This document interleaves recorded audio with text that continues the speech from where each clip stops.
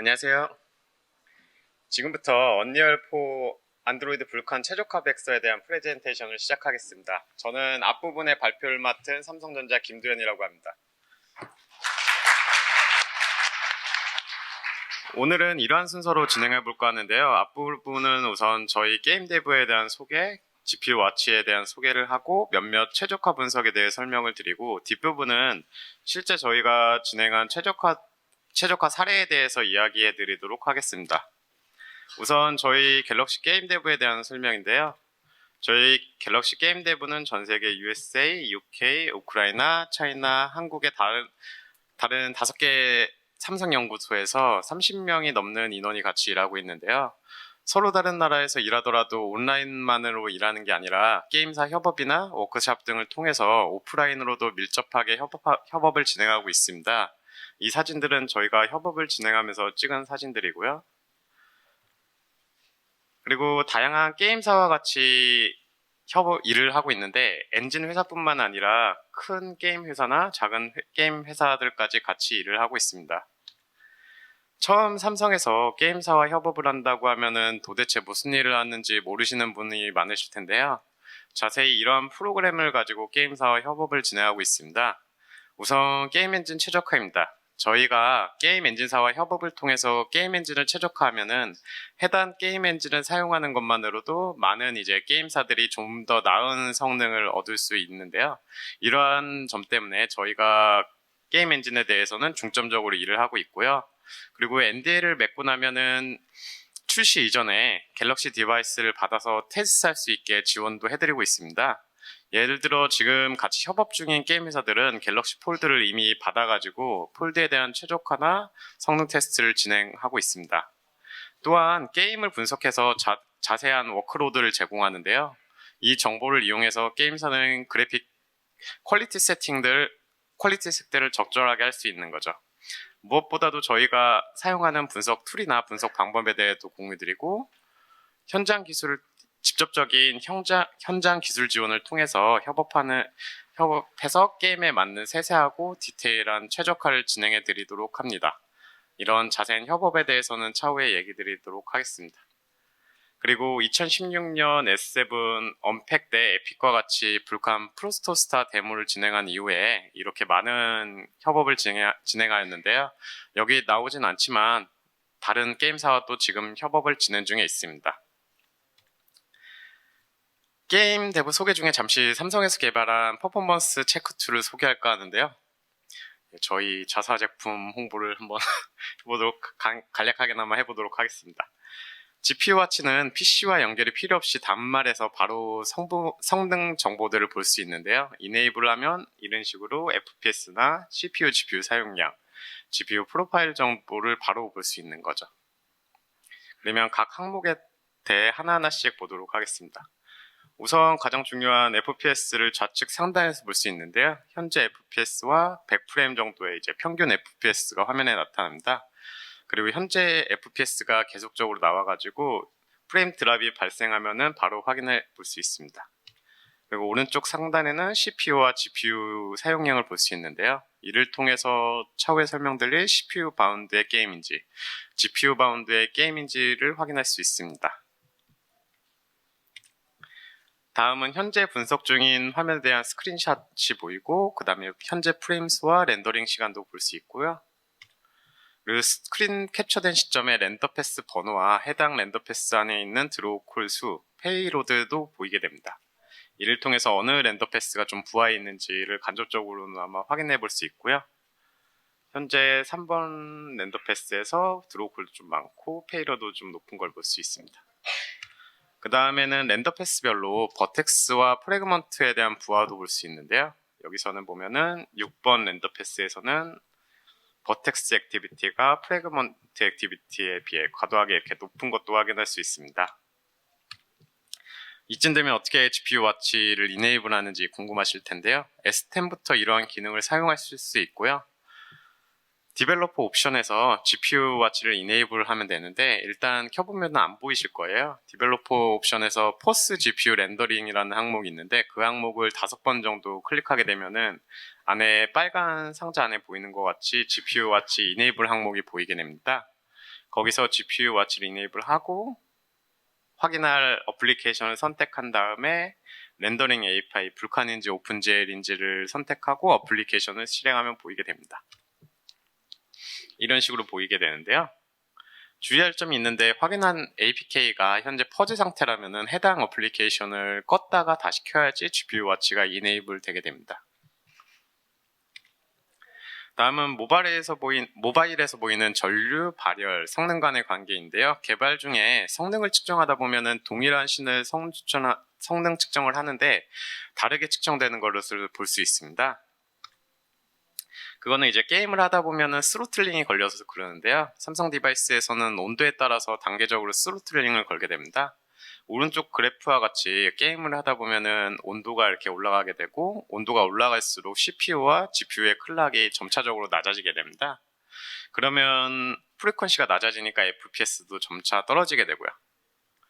그리고 최적화를 진행하다 보면은 FPS 성능 향상도 있긴 한데 낮은 CPU, GPU 프리퀀시에서도 원활하게 동작을 하게 되고 프리퀀시가 낮으니까는 발열 또한 완만하게 증가하는 현상이 발생합니다. 이런 식으로 온도에 따라 스로틀링이 발생하니까 같은 시나리오에서도 프리퀀시에 따라서 성능이 달라지게 됩니다.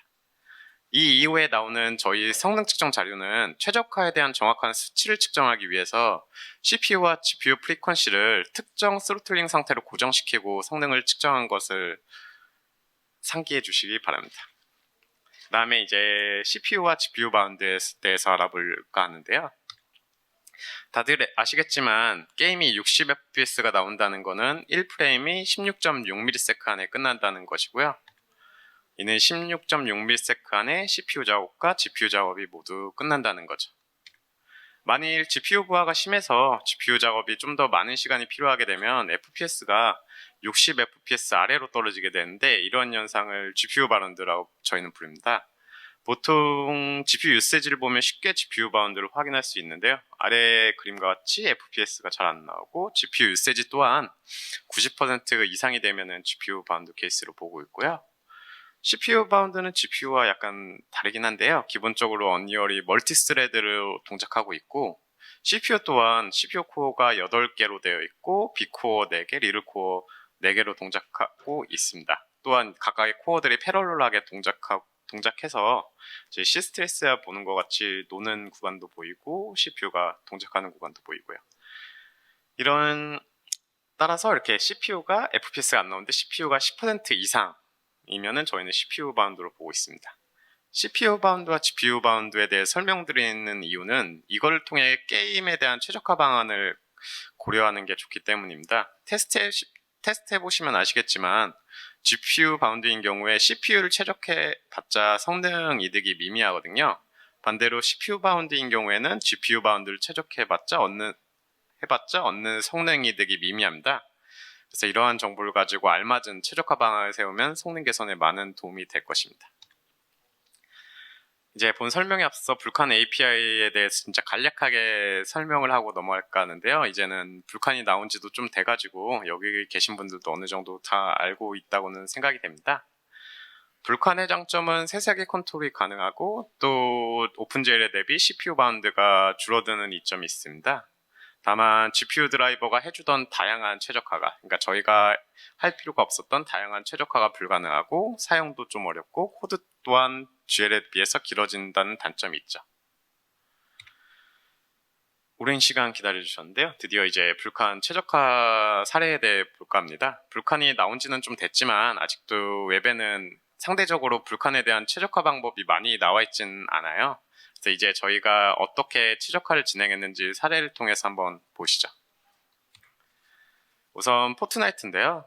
포트나이트는 저희에게 참 중요한 협업이었는데 만일 전에도 얘기했듯이 저희가 만든 최적화들이 엔진에 들어갈 수 있다면은 다른 많은 게임들이 이득을 볼 수 있기 때문입니다. 그래서 협업 기간 동안 성능이나 메모리, 그 다음에 히칭 등 많은 다양한 최적화를 진행하였고요. 이러한 최적화들이 4.21 엔진에 포함됐습니다. 그래서 4.21 불칸을 써보면은 성능 및 안전성이 많이 높아진 걸 확인할 수 있고요. 이렇게 포트나이트가 저희한테 중요한 프로젝트라서 거의 모든 게임 데브 인원들이 오랜 시간 다양한 장소에서 협업을 진행하였는데요. 일부 인원은 이제 언리얼 본사가 있는 미국 USA 노스캐롤라이나 캐리에 가서 진행을 하고, 일부는 이제 한국 에픽 지사에서 일을 하고, 일부는 또 삼성 각 해외 연구소에서 최적화를 진행했어요. 그래서 본의 아니게 24시간 대응 체제를 가지고 최적화를 진행하기도 했습니다. 그래서 결과적으로 노트 9에서 49 FPS 나오던 것이 53 FPS로 성능 향상을 얻을 수 있었습니다. 이 성능 측정은 최적화 막바지에 저희 최적화를 끈 것과 킨 것만의 차이를 잰 것으로 콘텐츠 부분을 이제 동일하게 측정을 하였습니다. 언리얼 엔진에서 다양한 최적화를 진행하긴 했지만 사실 한 가지 게임에 대해서 최적화를 진행하면 조금 더 다양한 방식의 최적화를 진행할 수 있는데요.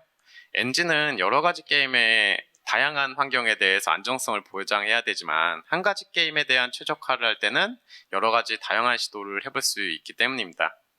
그래서 펍지 같은 경우에는 자체적으로 텐세트에서 구현한 CPU 오프클루전을 사용하고 있었는데요. 이를 위해서 맵 프레임, 락과 언락을 호출하고 시스트레스에서 보면 이로 인해서 웨이트하는 구간도 있었습니다.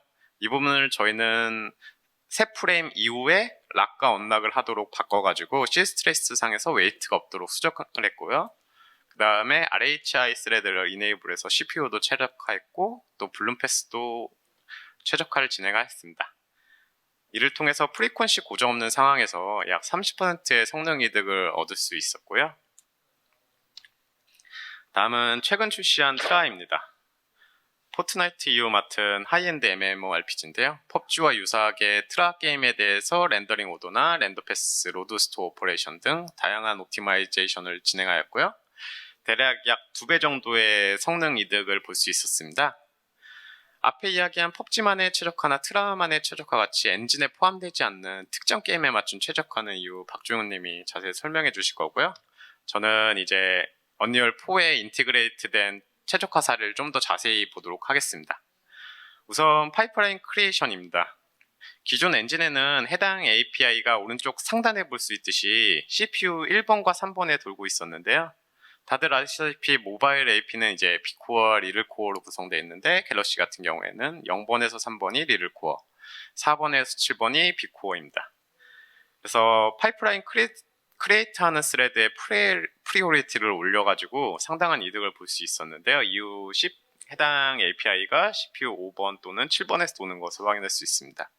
포트나이트 경우에는 파이프라인 크리에이션이 앱을 설치한 다음에 첫 실행에 한꺼번에 하게 되어 있는데요. 이때 보통 4,000개의 파이프라인을 생성하는데 수치에서 보면 알 수 있듯이 거의 생성 시간을 50% 정도 절감하였고요. 로딩 타임도 줄여주긴 하지만 게임 중에 파이프라인을 생성하는 부분이 있습니다. 이때 보통 히칭이라는 현상이 프레임 드랍이 생기게 되는데요. 이때도 성능이 좋아져가지고 전반적으로 게임 플레이 도중에 히칭도 많이 줄일 수 있었습니다. 다음은 렌더링 오더인데요. 다들 알고 계시겠지만 최종 화면에 그려지지 않는 물체는 먼저 드로잉을 할 필요는 없습니다. 앞에 보이는 물체부터 그리면 나중에 다른 물체에 가려져서 그려지지 않는 물체는 뎁스 테스트를 이용해서 그려지지 않게 되는데요. 이를 통해서 GPU의 프래그먼트 잡을 줄일 수 있습니다. 기존의 언리얼 엔진에는 드로우 비지블 프론트 투 백 함수를 통해서 그려야 할 물체를 소팅 후에 앞에 보이는 물체부터 드로잉을 하긴 하는데요. 다만 해당 함수가 원하는 대로 동작을 하진 않고 있더라고요. 그래서 저희 쪽에서 개선을 했는데요. 물체 Z뎁스나 버텍스 카운트 등을 이용해가지고 소팅을 해서 최대한 앞에 있는 물체부터 그리도록 개선했습니다. 그래서 오른쪽 위에가 개선 전이고요. 아래가 개선 후입니다. 이렇게 밝게 보이는 부분이 많이 오버드로우된 영역이고요. 전후로 이제 비교해 보면은 캐릭터 하단부나 좌측, 우측을 보면은 오버드로우가 많이 개선된 걸 볼 수 있습니다. 성능 또한 해당 씬에서 2 FPS 정도 향상되었고요. 만일 FPS를 30 FPS로 고정해 보면은 GPU 사용량이 62%에서 57%로 많이 이렇게 줄어든 것을 볼 수 있습니다. 다음은 쿼리 쿼리 매니지먼트 쪽도 개선을 진행하였는데요. 오클루전 컬링은 물체가 많이 가려진 경우에 성능에 도움이 될 수 있습니다. 다만 환경에 따라서 성능이 오히려 안 좋아지기도 하는데요. 그래서 오클루전 컬링을 사용하기 전에는 한번 성능 측정을 해보고 이네이블 하는 것을 권장해 드립니다. 불칸에서는 이 오클루전 컬링을 위해서 VK 쿼리 풀이나 VK 쿼리 타입 오클루전 타입을 지원합니다. 쿼리 방법은 다음과 같이 3단계로 진행되는데요. 우선 쿼리풀 생성하고 비긴 쿼리와 엔드 쿼리 사이에 드로우를 호출합니다. 이후 쿼리 결과를 가져오고 쿼리를 다시 사용하기 위해서 쿼리풀 리셋 쿼리풀을 호출하게 됩니다.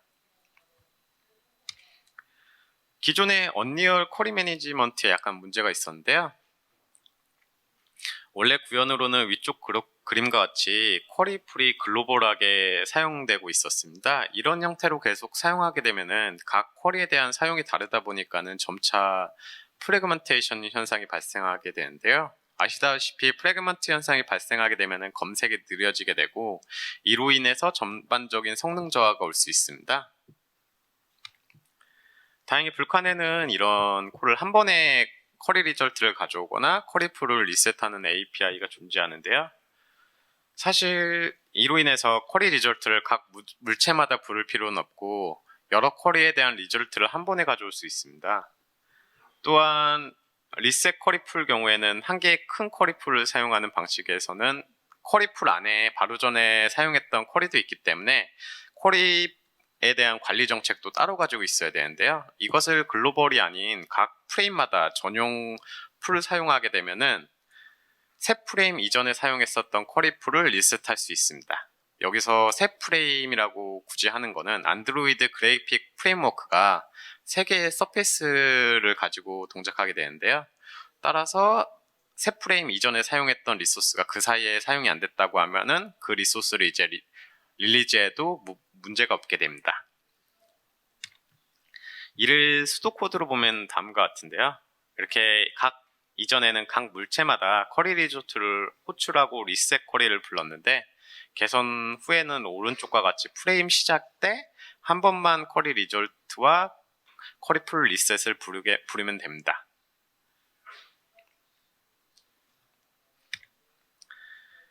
이 결과를 이제 샘플 앱으로 만들어서 확인해 봤는데요. 기존에는 이제 get 쿼리 리졸트가 한 프레임에 약 30번 정도 불리고 수행 시간이 약 10ms 걸리던 걸 한 프레임 내에 한 번 불리고 수행 시간이 1ms 정도로 걸리게 최적화를 진행했습니다.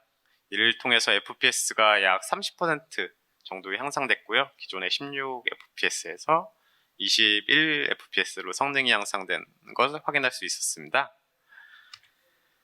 디스크립터 셋도 문제가 좀 있었는데요. 다들 아시겠지만 디스크립터 셋은 텍스처, 버퍼 오프셋, 버퍼 뷰 등의 정보를 가지고 있었는데 매 드로우마다 해당 정보에 대한 업데이트가 필요해가지고 업데이트 디스크립터 셋을 불러야 되는 현상이 있었습니다. 그래서 오른쪽 아래와 같이 500번의 드로우 콜이 만일 있다고 하면은 업데이트 디스크립터 셋 호출 또한 500번이 호출됐었죠. 또한 수행 시간 또한 드로우 호출보다 길어가지고 드로우 콜이 22ms인 반면에 업데이트 디스크립터 셋은 25ms나 걸리는 현상이 있었습니다. 사실 이러한 현상은 캐싱 로직을 잘 짜면 해결할 수 있는데요. 텍스처나 버퍼부의 핸들을 키값으로 해가지고 캐싱 로직을 잘 만들면은 드로우마다 업데이트 디스크립터 셋을 호출할 필요는 없어요. 그래서 이런 식으로 성능 향상을 볼 수 있는데요. 다만 캐싱하더라도 유니폼 버퍼 사용에 있어서 약간 문제가 있을 수 있습니다. 한 프레임 내에 같은 물체를 여러 곳에 그린다고 하면은 각 물체마다 이제 각기 다른 유니폼 데이터를 사용해야 되는데요.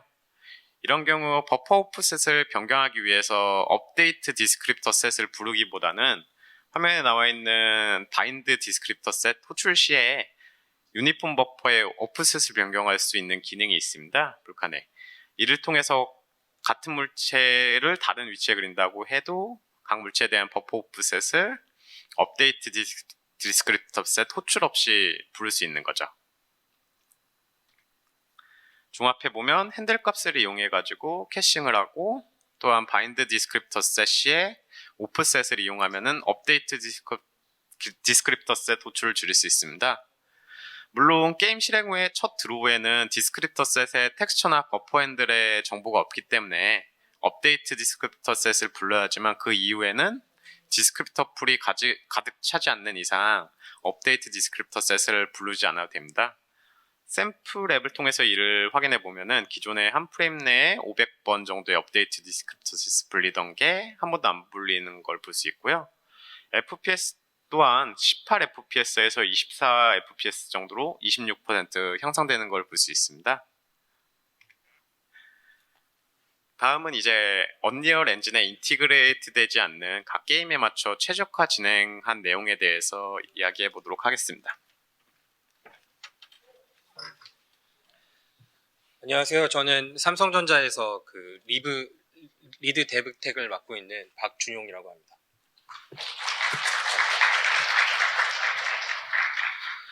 언리얼 엔진은 이제 단연간의 모바일 지원을 통해서 이미 잘 디자인이 되어 있고, 특히 최신의 이제 포트나이트를 통해서 그 실제 모바일 쪽에 필요한 픽스들이 이제 엔진에도 적용이 되면서 최적화 또한 꽤 잘 이제 준비되어 있는 편이라고 생각합니다.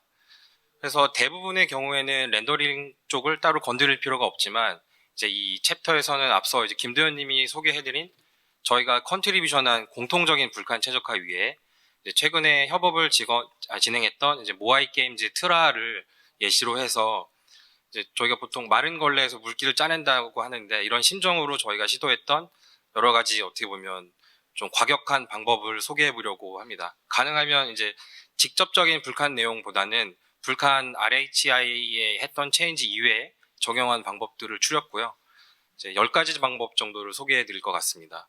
그래서 제목처럼 좀 과격하긴 한데 몇몇 방법들은 잘못 사용하시면 이제 화면이 깨진다거나 렌더링 이슈들을 발생시킬 수 있고, 몇몇 방법들은 제대로 된 체크 없이 적용을 하면 오히려 성능을 악화시킬 수 있다는 점을 미리 공유 드리고 시작하겠습니다.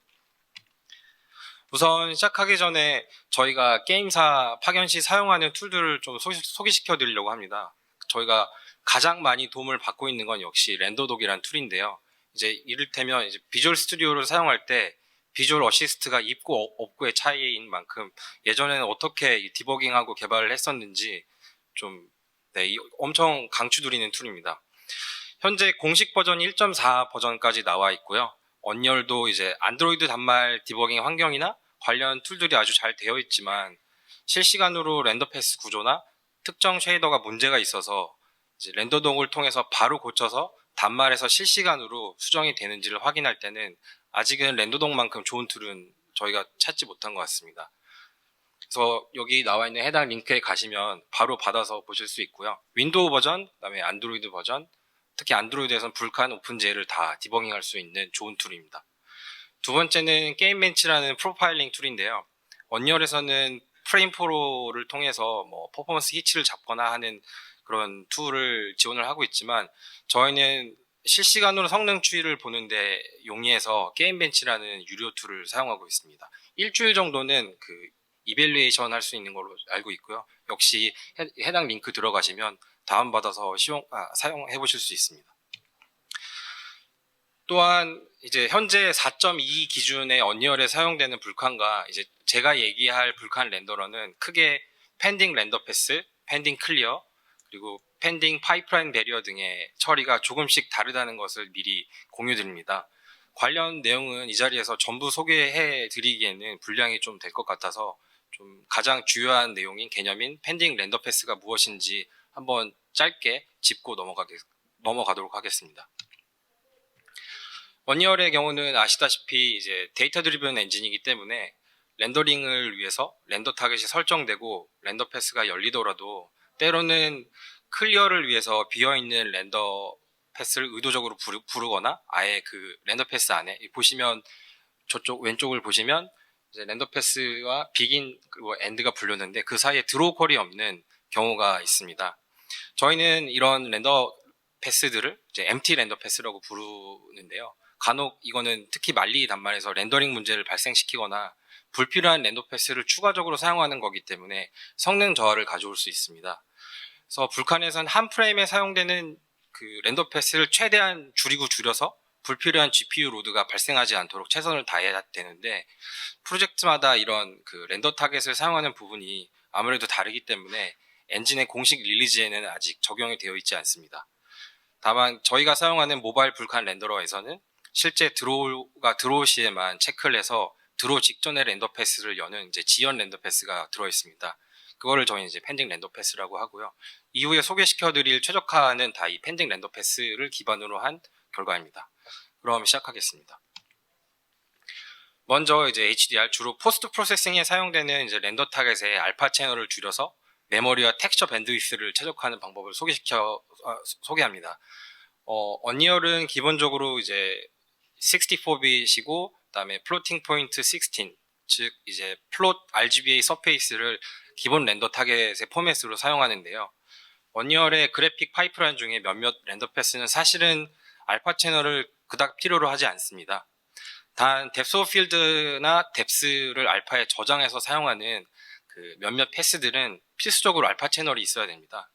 다만 현재 시장에 나와 있는 대부분의 게임에서 뎁스 오브 필드가 아무래도 그 GPU 처리하는 비용이나 이런 단말의 성능 문제랑 직접적으로 연관이 있기 때문에 옵션을 통해서 제공하시는 경우가 대부분인데요. 그래서 저사양 퀄리티 및 이제 옵션을 통해서 뎁스 오브 필드가 사용되지 않는 경우 이 방법을 적용할 수 있습니다.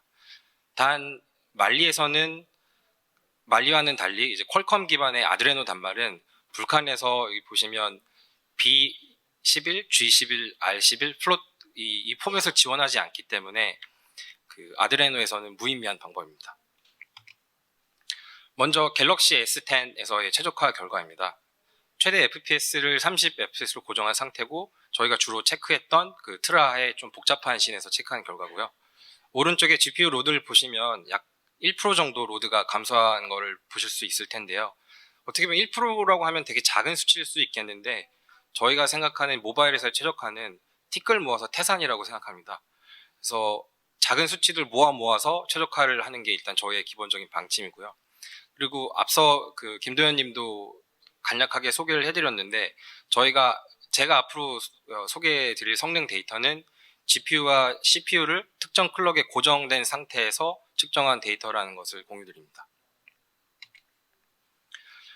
그리고 UE4의 경우 프로젝트마다 이제 커스터마이즈가 잘 돼 있어서 실제 프로젝트에 적용하실 때는 해당 이 패스가 실제 알파 채널을 사용하는지 확인하고 적용하시는 게 좋을 것 같습니다. 아래 보이는 이제 전체 화면이 블러가 된 것처럼 보이는 뿌연 스크린샷은 저희가 미처 이제 트라 최적화를 진행할 때 뎁스 오브 필드를 고려하지 않고 진행해서 발생했던 문제였고요. 이것 때문에 트라에서는 앞서 소개해드린 이제 옵션을 통해서 뎁스 오브 필드가 꺼진 상황에서만 포맷 최적화를 진행하는 방식으로 적용했습니다. 간략하게 이제 적용 코드를 소개해드리면 씬 렌더 타겟 CPP에 get desired mobile scene color 포맷을 통해서 이제 렌더 타겟에 사용되는 포맷을 변경할 수 있었습니다. 저희는 이제 말씀드린 대로 enable post processing DOF라는 콘솔 커맨드를 따로 추가했고요. 옵션과 이 커맨드를 연동해서 사용했습니다. 위에 보시면 이제 B need 알파 채널이 이제 false인 경우 32비트 포맷인 이제 R11, G11, B11을 이제 우선적으로 사용하게 됩니다. 이제 해당 변경된 코드를 통해서 블룸 셋업 및 선 마스크, 즉 이제 이 패스들은 알파 채널을 꼭 가지고 있어야 하기 때문에 이런 포맷, 이 패스들에는 알파 채널을 포함한 포맷을 우선적으로 쿼리를 했고요. 이외에 다른 이제 포스트 프로세스 패스에 대해서는 알파 채널을 포함하지 않는 RGB 포맷을 사용할 수 있도록 변경했습니다. 다음으로 넘어가서 이제 두 번째 최적화는 렌더 패스를 이제 돈 케어 오퍼레이션으로 여는 건데요. 불칸에서는 오픈GL의 이제 바인드 프레임 버퍼의 단위에 해당하는 렌더 패스라는 개념이 있습니다. 일반적으로 알고 계시는 렌더 패스와 동일한 개념입니다. 이 렌더 패스 안에 이제 무엇을 그리려고 할 때 바로 이전 렌더 패스의 데이터를 어떻게 가져올 것인가를 결정하는 로드 오퍼레이션이라는 개념이 있고요. 다 그린 결과를 저장할 것인가, 저장하지 않을 것인가를 결정하는 스토어 오퍼레이션이라는 개념이 있습니다. 먼저 로드를 보시면 이제 클리어, 로드, 돈케어라는 세 가지 타입을 지원합니다. 이 중에 돈케어를 주의 깊게 볼 필요가 있는데요. 말 그대로 렌더 패스 로드할 때 드라이버가 무슨 짓을 하던 신경 쓰지 않는다는 것을 나타내고, 그리고 대부분의 드라이버는 특별한 조건이 없는 한 실제로 아무 짓도 하지 않습니다. 이 이야기는 결과적으로 GPU 로드를 줄일 수 있다는 걸 의미합니다. 하지만 현재 언리얼의 포스트 프로세싱에 사용되는 패스들을 자세히 살펴보면 실제 이전 패스의 렌더링 결과를 별도 로드를 통해서 가져오는 게 아니라 텍스처로 리졸브해서 그 텍스처를 인풋 파라미터로 가져와서 포스트 프로세싱을 적용하고 있는데요. 그래서 이런 로드로 사용되고 있던 부분을 전후 관계를 비교했을 때 특별하게 로드나 클리어를 사용할 필요가 없는 패스들은 모두 돈케어로 최적화가 가능합니다. 그래서 저희는 이제 트라의 경우에 포스트 프로세싱에 사용되는 패스들에 있는 그 로드들을 다 돈케어로 바꿨습니다. 그래서 여기 슬라이드 보이시는 것처럼 셋업, 다운, 업, 마스크, 알파, 블러, 머지, 톤맵 등을 다 돈케어로 변경을 했고요. 결과를 보시면 오른쪽에서 이제 오른쪽 S10에서 측정한 결과인데요. 80이랑 77, 대략 3%의 GPU 로드가 감소된 것을 보실 수 있습니다. 실제 코드를 적용하는 부분은 생각보다 간단합니다. 이미 언리얼에서는 로드 오퍼레이션을 명시하고 있기 때문에 대부분의 렌더 타겟을 설정하는 부분에서 이제 이 클리어를 단지 이 노 액션으로 변경하는 것이 전부입니다. 단 전후 상황을 꼭 체크하신 다음에 적용하시길 권장드리고요. 노 액션, 즉 돈케어로 바꾸는 것은 이제 해당 드라이버가 어떤 이상한 라이트를 해도 무관하다는 것이기 때문에, 예를 들어서 이제 4.21에 추가된 걸로 알고 있는데 새로 추가된 디스토션 패스에 어큐뮬레이트 패스 등의 잘못 이 돈케어를 적용하시면 화면이 아예 깨져버리는 등의 이상 현상이 발생할 수 있습니다. 또한 로드처럼 이제 저장 시의 오퍼레이션도 스토어 혹은 돈케어를 사용하실 수 있는데요. 이런 경우가 흔치는 않지만 예를 들어 마지막 렌더 패스의 특정 드로잉이 뎁스 정보를 참조해야 하나 최종적으로는 컬러 아웃풋으로 컬러만 써야 할 경우일 때 뎁스의 렌더 버퍼, 불칸에서는 어태치먼트라고 하는데요. 돈케어를 사용하면 역시 GPU 로드를 감소시킬 수 있습니다. 따라서 보시는 것처럼 셋 렌더 타겟 이외에 각각 렌더 버퍼를 이제 명시적인 비긴 렌더 패스, 엔더 렌더 패스를 통해 렌더 패스를 열고 닫을 수 있기 때문에 각각의 컬러, 뎁스, 스텐실의 사용 여부에 따라서 로드할 때와 스토어를 적절하게 조합해서 그 프로젝트나 그 씬의 상황에 맞는 최적화가 가능합니다. 다음은 이제 세 번째로 시도할 만한 최적화인데, 이제 죄송합니다. 톤맵에 사용되는 라이팅 룩업 테이블을 매 프레임 그리지 않는 것입니다. 이전 프레임과 현재 프레임 비교해서 그리지 않는 것인데요. 결과부터 보여드리면 이제 LUT를 필요할 때만 업데이트해서 렌더 패스 하나를 줄일 수 있었고, 이는 이제 1% 정도의 GPU 로드 감소로 나타났습니다. 우선 이 적용은 그 포스트 프로세싱 CPP의 에드 톤 매퍼를 보시면 여기서 이제 그 실제 LUT 텍스처를 제너레이션 하는데요. 이 부분에서 검사를 통해서 스킵이 가능합니다. 각각의 프로젝트 혹은 그 포스트 프로세싱 볼륨 설정에 따라서 LUT 변경에 사용하시는 값들이 다 다를 거라고 생각합니다. 우선 트라의 경우에서는 이제 컬러 컨트라스트, 세츄레이션, 감마, 그다음에 텍스처, 그리고 스크린 퍼센테이지, 그 이외에 그 LUT 텍스처에 영향을 미치는 값들을 변경해서 검사했었습니다. 이렇게 이전 프레임과 현재 프레임을 저장해서 각각 사용되는 부분에서 변경되는 값들이 있는지 체크를 했고요. 만약 무언가 변경된 값이 있다면 이제 포스트 프로세스 컴바인 LUT로 더 진행을 해서 업데이트를 하고, 아닌 경우 스킵하게 적용을 했습니다. 스킵된 경우에도 이전에 그려졌던 LUT 정보는 남아있기 때문에 해당 LUT 텍스처를 그대로 사용하게 됩니다. 주의할 점은 아예 LUT가 설정되지 않는 볼륨의 경우 좀 렌더링 이슈들을 만들어낼 수 있었는데요. 이런 경우는 그 파이널 포스트 프로세싱 세팅지에 그 컨트리뷰팅 LUT 그 어레이 사이즈가 1인 경우, 그 경우에는 볼륨에 LUT가 설정이 안 돼 있다는 말이기 때문에 이런 경우는 이제 한번 그린 뒤에 그 뒤에부터 스킵하면 동일하게 최적화가 가능합니다. 다음 네 번째 소개드릴 방법은 현재 이제 언리얼에 구현되어 있는 다이나믹과 스태틱 오브젝트 렌더링 순서를 바꾸는 겁니다. 그래서 렌더링 순서에는 정답이 없다라고 이제 말씀을 드렸는데요. 이제 예상할 수 있는 최적화 효과는 상대적으로 복잡한 오브젝트를 미리 렌더링함으로써 이후 드로우에서 발생하는 오버드로우 코스트를 줄이고 이를 통해서 GPU 로드 이득을 얻는 겁니다. 트라이의 경우는 이제 다이나믹 데이터가 대부분의 캐릭터, 그다음에 폴리지 같은 식생 렌더링에 해당됐었는데 이 부분을 먼저 렌더링하는 것이 GPU 부하가 훨씬 덜했었습니다. 씬마다 결과가 다르긴 했지만 특정 씬에서는 보신 바와 같이 약 5% 정도 GPU 로드 향상이 있었고요. 이제 왼쪽 상하가 최적화 뒤에 오버드로우 상태고 이제 우측 상하가 원래 오버드로우 상태입니다. 왼쪽이 이제 보시는 것처럼 캐릭터의 상체 및 지형이 있어서 밝은 부분, 즉 이제 오버드로우가 됐던 부분이 덜해 보이는 것을 보실 수 있습니다. 간단하게 코드를 보시면 이제 모바일 씬 렌더러의 랜덤 모바일 베이스 패스 안에서 이 그냥 함수 호출 순서를 바꿈으로써 바꿀 수 있는데요. 이제 원본 구현과 다르게 먼저 저희는 다이나믹 데이터를 그린 뒤에 그 이후에 스태틱 데이터들을 그렸습니다. 이 방법은 앞서 소개한 대로 씬마다 특성이 다를 수 있어서 수정 전후의 성능 변화를 꼭 체크하셔서 적용하시길 권장드리고요. 저희는 이거를 동적으로 바꿀 수 있는 콘솔 커맨드를 넣어서 이 해당 씬은 스태틱을 먼저 그리는 게 이득이다. 어떤 씬은 다이나믹을 먼저 그리는 게 이득이다. 이런 식으로 체크를 진행해서 적용을 했었습니다. 다섯 번째로 이제 포스트 프로세싱 볼륨의 렌즈 옵션에서 더트 마스크를 최적화해 보이는 겁니다. 저희가 진행했던 게임들에서 더트 마스크가 볼륨 없이 단독으로 쓰이는 경우는 거의 없었는데요. 보시는 것처럼 이제 언리얼 내부의 쉐이더 구현을 살펴봐도 더트 마스크는 볼륨과 직접적인 상관관계가 있습니다. 문제는 보통 더트 마스크가 화면 전체를 커버하는 경우가 많기 때문에 2K 혹은 그 이상의 고해상도 텍스처가 사용된다는 건데요.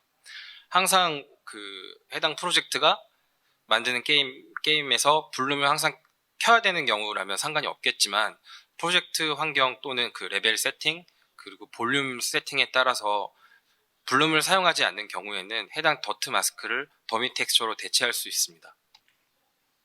방법은 보시는 바와 같이 단순하게 이제 볼륨의 인텐시티를 체크해서 볼륨이 실제 보일 때만 더트 마스크 텍스처를 바인드 하는 거고요. 그 이외의 경우라면 그냥 단순하게 언리얼 엔진에 이미 가지고 있는 그 블랙 더미 텍스처를 바인드해서 텍스처 밴드위스를 줄이는 방법입니다. 다음으로는 데칼 패스 최적화인데요. 현재 언리얼의 데칼 렌더링은 실제 데칼 렌더링의 유무와 관계없이 무조건적으로 렌더 패스를 열게 되어 있습니다. 추가적인 렌더 패스는 곧 GPU 부하를 의미하기 때문에 실제 그려야 할 데칼이 있는 경우에만 렌더 패스를 여는 것으로 다음과 같이 최적화가 가능합니다. 잠깐 코드를 보시면 저기 if 1 안에 있는 need to start render pass가 저희가 작업한 내용이고 else 밑이 원래 언리얼에 현재 구현되어 있는 내용인데요. 보시는 바와 같이 그냥 이 begin rendering scene 컬러를 통해서 무조건적으로 렌더 패스를 열게 되어 있습니다. 저희는 이 begin render scene 컬러를 실제 소트 데칼의 넘버가 0보다 큰 경우, 즉 이제 실제 그릴 데칼이 있는 경우에만 렌더 패스를 열도록 이 함수를 안쪽으로 옮겼고요.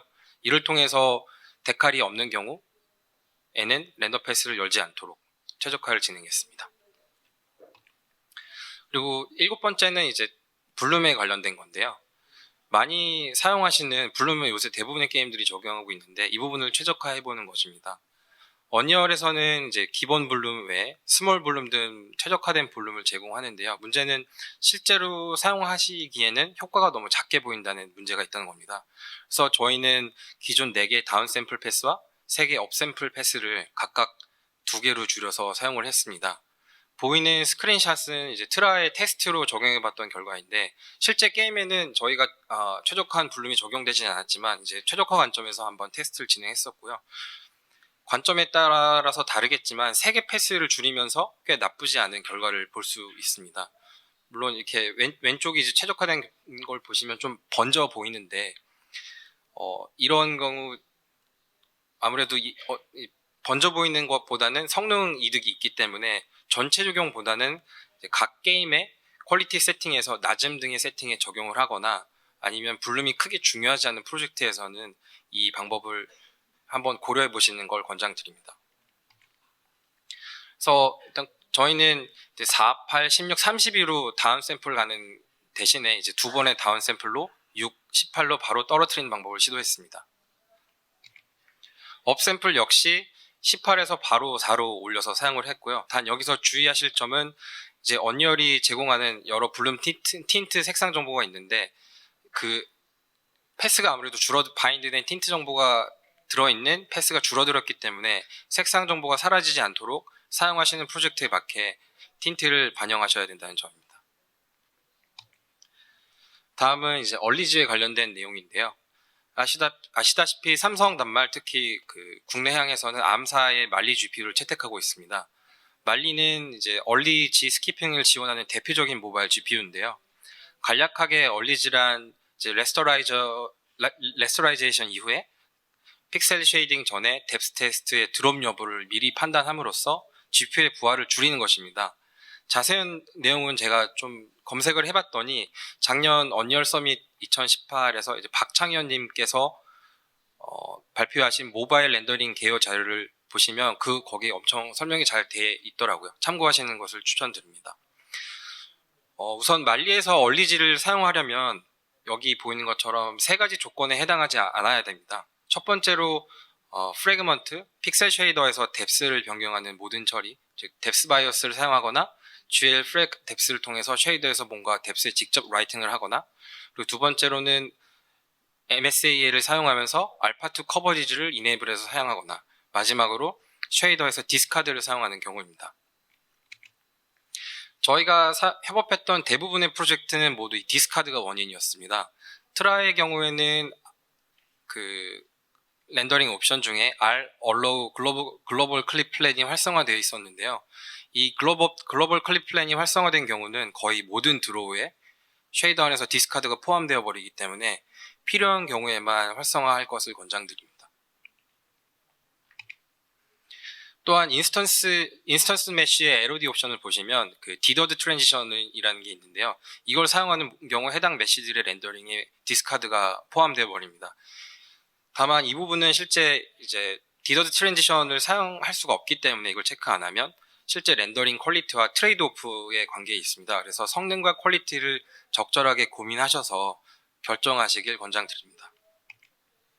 우선 트라이의 경우에는 위에 두 가지가 모두 사용돼서 거의 모든 쉐이더에 디스카드가 존재했었는데요. 해당 부분을 최적화한 이후에는 이제 성능 테스트에서 보신 바대로 S8 기준 보통 퀄리티 옵션에서 FPS 향상이 있었고요. 거의 9 FPS 정도 올라갔고, 이미 60으로 돌고 있었던 낮은 퀄리티에서는 GPU 로드가 현저하게 줄어드는 괄목할 만한 향상이 있었습니다. 다음으로 이제 아홉 번째 방법으로는, 이건 불칸에 관련된 내용이긴 한데요. 불칸에서는 커맨드 버퍼라는 개념이 있습니다. 그래서 현재 드로우와 다음 드로우가 만약에 같은 버텍스 버퍼와 인덱스 버퍼를 사용한다면 이미 커맨드 버퍼 안에 이전에 사용됐던 그 버텍스와 인덱스 버퍼가 바인드 되어 있기 때문에 다시 바인드를 하지 않아도 됩니다. 그래서 이 최적화는 다음과 같은 조건 체크를 통해서 가능한데요. 우선 그 성능 향상부터 보시면 이제 말리에서 2fps 정도 향상이 있었고, 저희가 트라 외에 여러 프로젝트에서 시도한 바로는 아두르노에서 성능 향상이 두드러지게 나타납니다. 어쨌든 말리, 아두르노 둘 다 성능 향상을 얻을 수 있습니다.